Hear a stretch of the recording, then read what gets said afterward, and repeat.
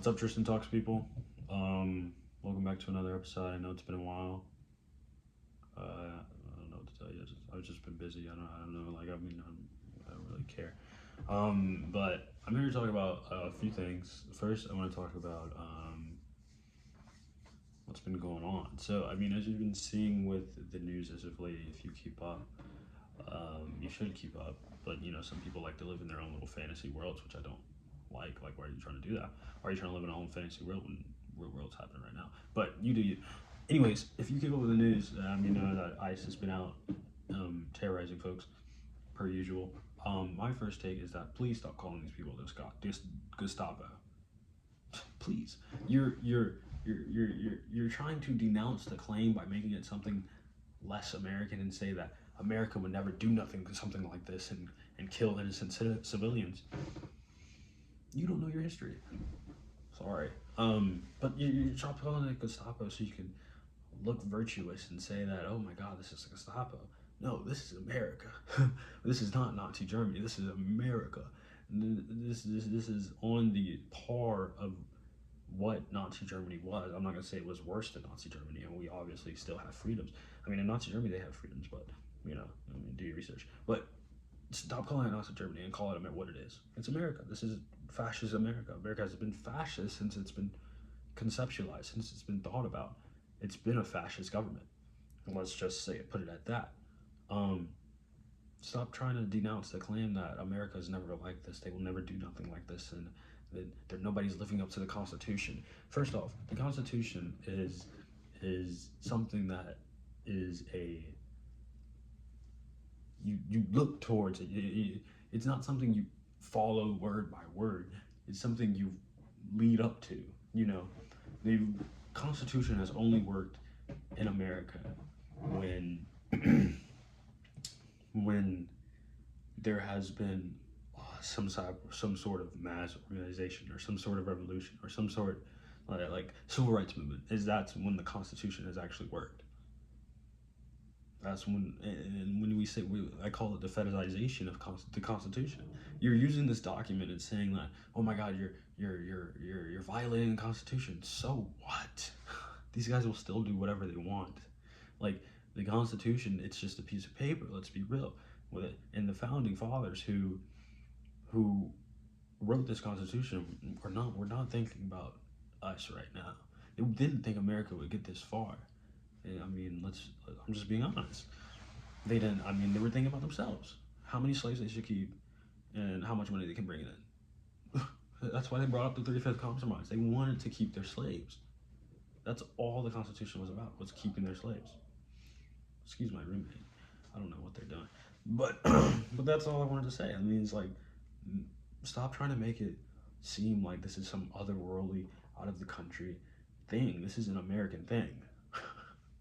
Like, was it crazy when these police officers was hosing down black people in the streets back in the 1960s? Was it crazy when they shot down Trayvon Martin? Was that, like, nobody was saying that this was the Gestapo then? This is America, baby. Like, this is America. This is what we do. But, yeah, chill out. Stop LARPing. Stop trying to be someone you're not. Just say it. Just say it how it is. Your country's failing. Your country's not the best. You're not that city on the hill. That will be the next video, by the way. America is not the city on the hill. But you're not. But we'll talk about that later. But I wanted to get into something that I've been reading up on, is Origins of Totalitarianism by Arendt. I'm kind of on page 200 something. It's about roughly 600 pages. But chapter 7, which I kind of had a fondness to, I've been researching a little bit more on. But I'm going to give you a background. She wrote this book, Origins of Totalitarianism. She started in 1941 and she ended in 1949, and the book got published in 1951 when she got her citizenship. Maybe I'm wrong. I think it was, I don't know, maybe I'm wrong. Someone fact check me on that. But this book was kind of like a explanation of Nazism and Stalinism, and obviously everyone who writes has their critiques, and the American left had their critiques of this book, saying that she was fetishizing Stalinism with Marxism, which I don't know what to say. But I wanted to talk about two things: the banality of evil and Thomas Hobbes, Leviathan. So the banality of evil is kind of this thing that came up with Arendt in different books. It's also in this book. It's mentioned as this book, but it's in different books.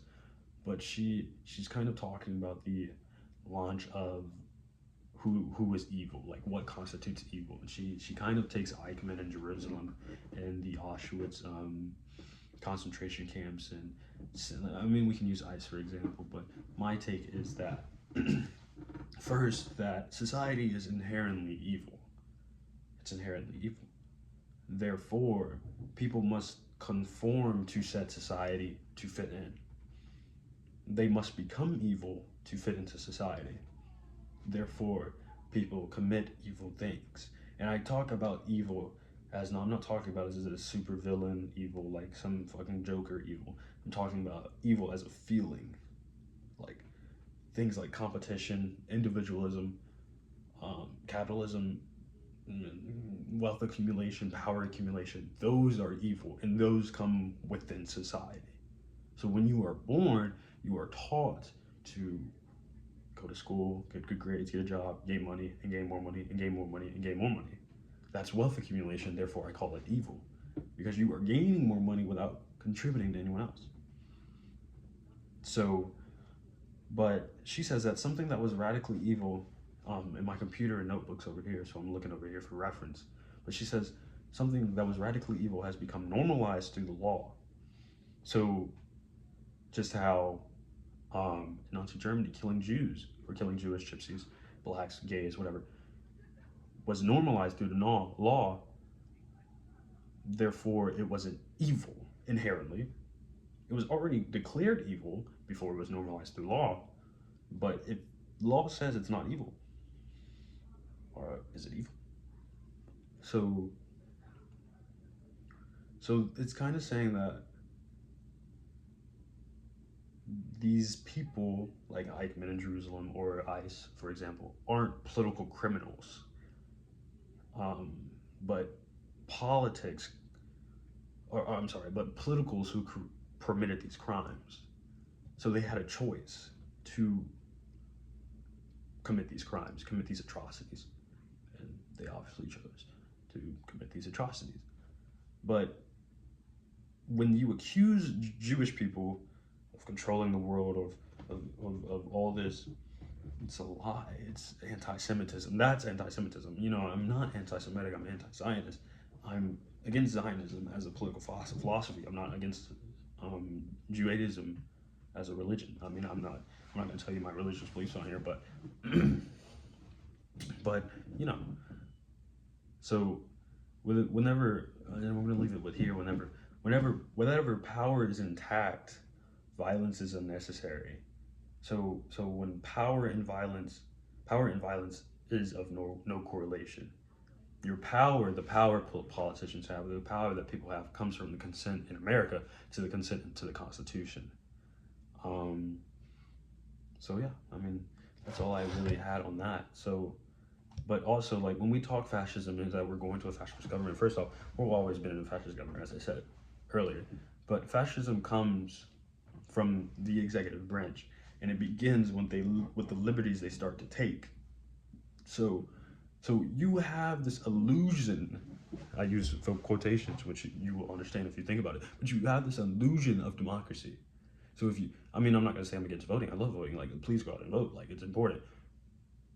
But you have this illusion of democracy that you think when you vote, you're actually changing something. But voting is the tip of the iceberg. To actually hold up to democratic ideals and democratic, all this democratic stuff that we preach about, you have to be an active member in civil participation, in civil government, You just can't vote and say, this is it, this is all I'm doing. You have to be an active member in the Constitution and see what these politicians are doing and hold them accountable. So this is why you think that your vote doesn't matter, because all you're doing is voting, but nothing else. To hold up a democratic government is to be a civil servant. Well, let's be real. You have to be a civil servant as a citizen, it is your job to hold your politicians accountable, to hold the people you hire accountable. So, I mean, that might be a little controversial, but strike me down. I don't know. So, I want to talk about chapter. It was chapter 6, I believe. It's political emancipation. I'm looking over here because my computer's over here and I have it written down. So you're gonna see my eyes. Nobody's gonna has a gun at my head. I promise you. But the political emancipation and the bourgeoisie. So she begins the chapter by saying, I could annex planets. I would annex planets if I could, by Cecil Rhodes. So Cecil Rhodes, who was a British imperialist who colonized much of southern Africa, and this is why South Africa is much of had apartheid during the 80s and 90s. So she illustrates how imperialism paved the way for totalitarianism through its desire for domination, bureaucratic rule, and expansion. And so, if possible, due to the quote, it would annex the planets in order to expand further. People became greedy. Earth is not enough. We've already conquered Earth. Let's go conquer Mars. Elon Musk. I'm cooked. I'm cooked. I'm cooked. No, I'm fine. They're gonna arrest me like Dom Lemon, but he wasn't doing shit. Oh. But let's look at some of the quotes that she said. So, excuse me. Let me get some water before I begin. So, following this central event in the imperialist period was the political emancipation of the bourgeoisie. So you have people coming up like Thomas Hobbes and John Locke saying that, oh, since you are a citizen, you should participate in the government, in politics. And the bourgeoisie saying let's do it. So the first class to achieve, in history, to achieve economic preeminence without aspiring to political rule. So these bourgeoisie is gaining money, and they're also influencing politics. But this is also important to understand because it implies that in order to achieve expansion, the bourgeoisie was forced to turn to politics in order to sustain the economic growth required for capitalism's survival. So the bourgeoisie gained economic preeminence, economic independence. They realized if they don't also control the politics, they won't gain capital. So let's control the politics as well. Is that think about it, I don't know. But the main issue with this is that the limitations of the nation state. The pursuit of expansion was hindered by the limitations, and the economic growth needed to extend beyond the national borders, requiring new politics. Enter imperialism. So this means that the inherent need of expansion is what led to the collapse of the nation-state system, as well as emphasis on unlimited power for political reasons. So to clarify what this actually means is that the nation-state is essentially a political body governed by specific laws, and the individuals within this body are treated equally under the same regulations. So, so to put it another way, imperialism is inherently predisposed to rule over others due to its need for limitless expansion. Let me know if that doesn't make sense. You comment down, if that doesn't make sense, let me know, please. I want to tell you, I'm eager. No, I'm trolling. But let's talk about Hobbes and the Leviathan. So Hobbes, this is political philosopher during the time of John Locke and all these people, but he was very conservative. He did not believe in revolution, but he believed that humans are inherently evil. Therefore, society must be good to make them unevil or kind or whatever. That the government has to have these programs and have these stuff to make sure that people don't end up killing each other. He was a dark man, but Hobbes' theory connected to what Hannah Arendt argued about the domination, the idea of domination, power, and tyranny, saying that Hobbes claims that powers are accumulated through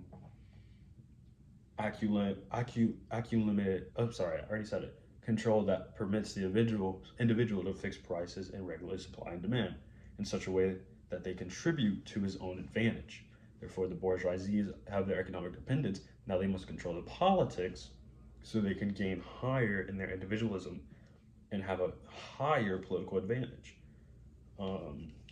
Therefore, if man is actually driven by nothing but his individual interests, desire for power must be the fundamental passion for man, is what Hobbes says.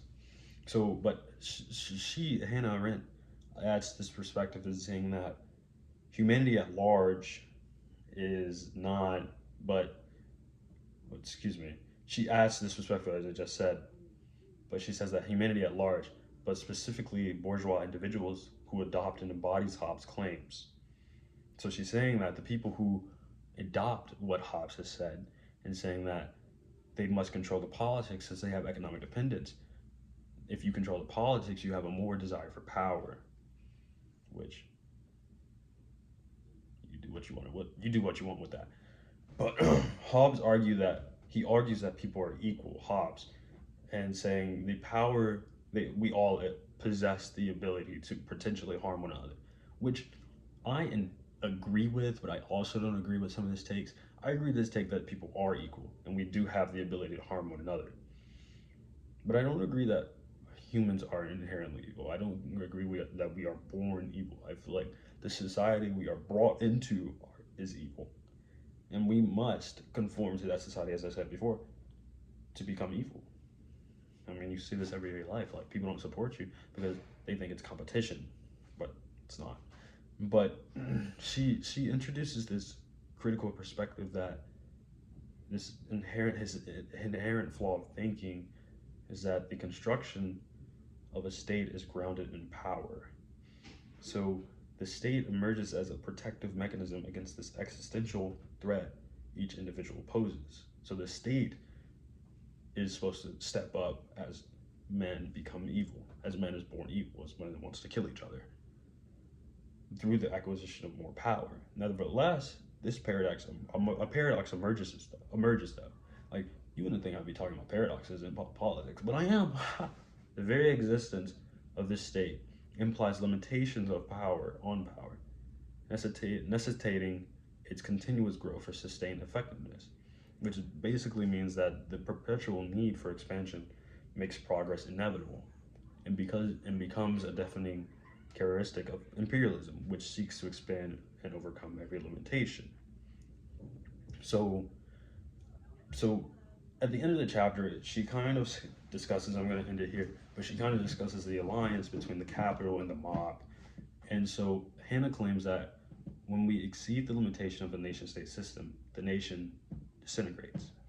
This means that a new sense of belonging and purpose emerges. And when our economic and political systems reach their limits, a sense of meaningless emerges. So a sense of apathy emerges. It's a sense of individualism emerges. It's a sense of competition emerges. It's like different things emerges when the nation disintegrates and when we exceed the limitations of a nation state.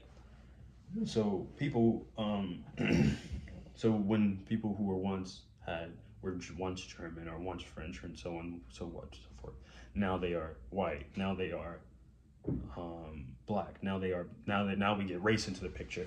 You know, you were once German, now you're white. You were once French, now you're black. I mean, it's no correlation, but I'm just saying, like, but she also claims that this sense of dominance over the cultures or nations we have conquered in order to expand. So we must put this on nations that we are conquering and say that we are white, we are more superior. We're not Germans, we're white. And you're black, and so you should be less than. So this gives rise to the mob, the idea that we should consider ourselves as a race rather than members of the state, which is, race is a social construct, which I will talk about later. If you want to learn about it, let me know. But so when we go beyond our borders or abroad, we naturally seek meaning by belonging to specific groups in the imperialist sense, and a purpose and meaning of control of others. So why we imperialize is because of race, because you are black and because you're white, not because I'm German and you're Senegalese or Ghanaian or Nigerian. It's because you are black and I am white. Or I'm not white. I'm black. I'm not white. But I'm just saying. But let's end it here. So So in my idea, Hobbes was not a racist. He was very conservative, but he was not a racist. He did outline like political theories that gave rise to concepts of progress, like the endless accumulation of power and capital, and the foundations of all current race doctrines. Like this sense of belonging that was unique to nationalism was inherited by imperialism and transformed itself into tribal nationalism and ideological racism paving the way for what came next, basically. But that's all I had. 20 minutes. Gosh, I hope y'all watch this all. Y'all probably won't though, cause I hate me. No, I'm just joking. But appreciate y'all. Thanks for listening. Let me know if you have any questions. I'll put all my links and sources down so you can do your research on your own. And also put my Instagram down. You can also comment if you want to talk about it. Please hit me up. I will respond. But peace.